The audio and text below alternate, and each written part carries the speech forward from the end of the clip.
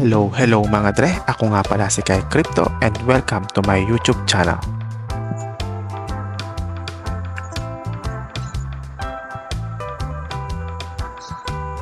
Magandang araw mga dre, kamusta kayo? Unang-una sa lahat ay binabati ko kayo ng Happy New Year at naway maging masagana ang ating year 2025. God bless us all mga dre. So ngayong araw mga dre ay tatalakayin natin ang isa sa mga project sa Telegram na aking sinusubaybayan at ito ay tinatawag na POS. So mamaya mga dre, ipapaliwanag ko sa inyo ang ilang sa mga update regarding sa snapshot at ang magiging price prediction ng project na ito. Para lagi kayong updated sa mga bagong videos ko, click subscribe button and hit the notification bell.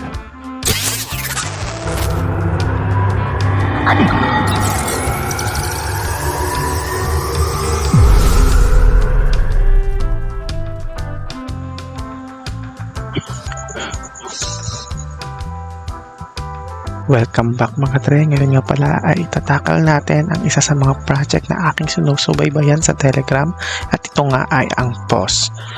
So bago tayo mag-start mga dre ay namili nga pala ako ng isang lucky winner ng 50 pesos GCash mula sa ating mga subscribers sa ating channel.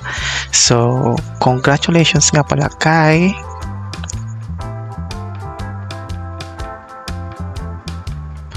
Ayan, so congratulations at sana madagdagan pa ating mga subscribers at for sure mas marami pa ang mananalo ng ating GCash giveaways. So balik tayo mga dre sa ating topic sa project ni POS. So last December 31 mga dre, nagkaroon na sila ng snapshots. So itong snapshots na ito ay preparation para sa kanilang TGE o yung tinatawag nating token generation event nila para sa kanilang project. So kung matatandaan nyo, last December ay na-install ang ating mga POS points. So in-install ito ni Grinch at nagkaroon sila ng task para mabawi nyo ang mga points na ito. So make sure lang mga dre na that time is nabawi nyo ang inyong mga points.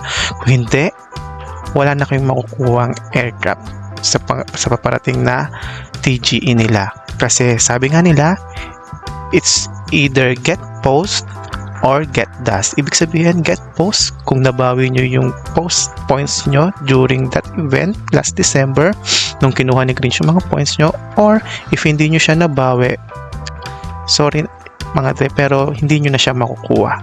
So there's no way para makuha pa natin yung post points nyo if hindi nyo nagawa yung mga task nila. So, ayun nga. So, according dito sa post nila sa kanilang community, out of 72 million active users is 20 million users lang ang nag-step up o gumawa ng task na iyon para mabawi ang kanilang mga post points.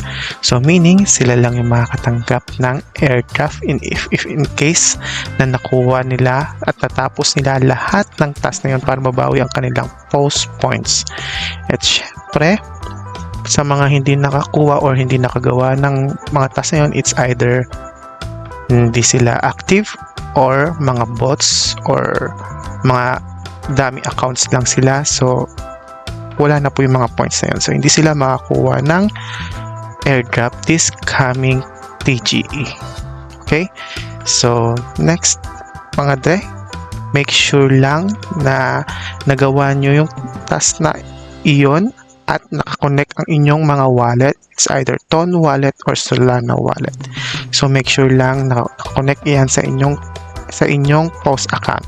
So, meron dito mga dre, isang task kung saan ay kailangan nyong i-verify ang inyong account, POS account sa POS web nila para receive kayo ng airdrop nila soon. So wala pang announcement kung kailan, pero ang snapshot nila ay tapos na. So make sure lang na magagawa nyong ma-verify ang inyong account, which is i-connect nyo lang naman yung Ton wallet ninyo at Solana wallet sa kanilang website. So make sure lang na mga dre, kapag naginawa nyo itong task na ito ay same ang inyong Ton at Solana wallet na kinonect dito sa Telegram. Okay? So one more thing mga dre, punta tayo dito sa price prediction ni post according kay CoinGabar. So, according dito kay CoinGabar, if in case na ang post market cap is umabot ng $100 million, so ang total supply is 100 billion. Okay, ang magiging price niya per token will be 0.001.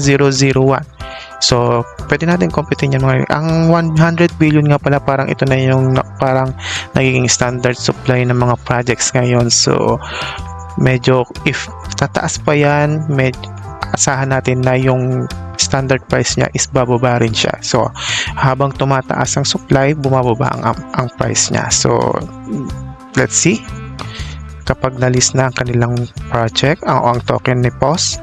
So, let's try to compute mga dre. So, if ang supply is 100 billion, so ang amount niya is 0.001. So, for example, meron tayong 214,000.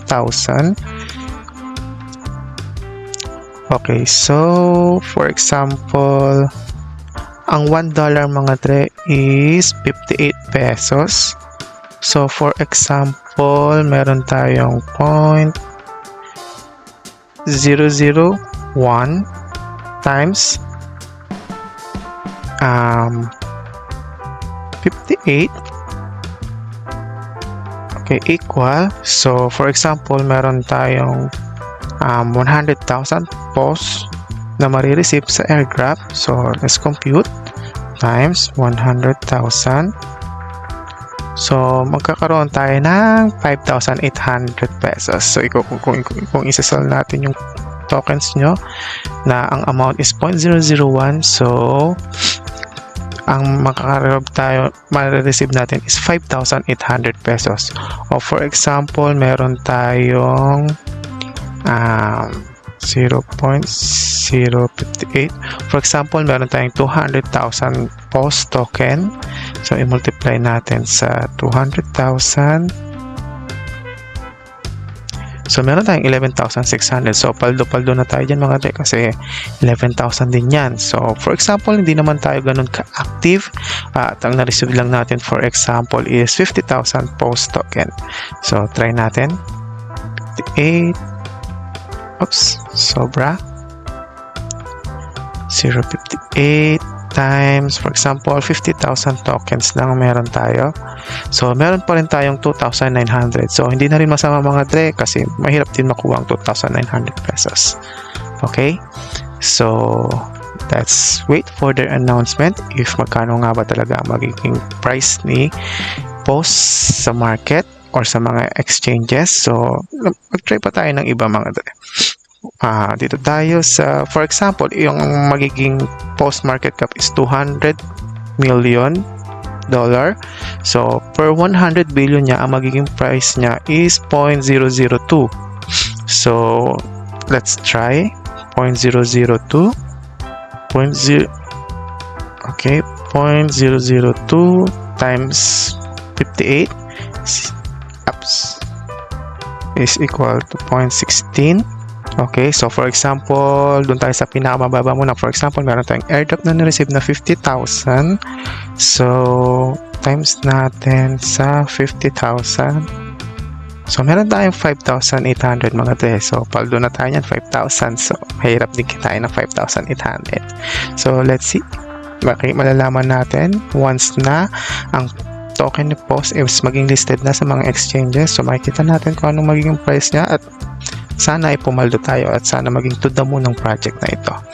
So, hanggang dito na lang muna mga dre. So, maghintay tayo sa mga susunod na announcement nila kung kailan nga ba ang TGE at kung kailan nga ba ito magiging listed sa mga exchanges at kung kailan tayo pwede nang mag-trade para dito sa project na ito.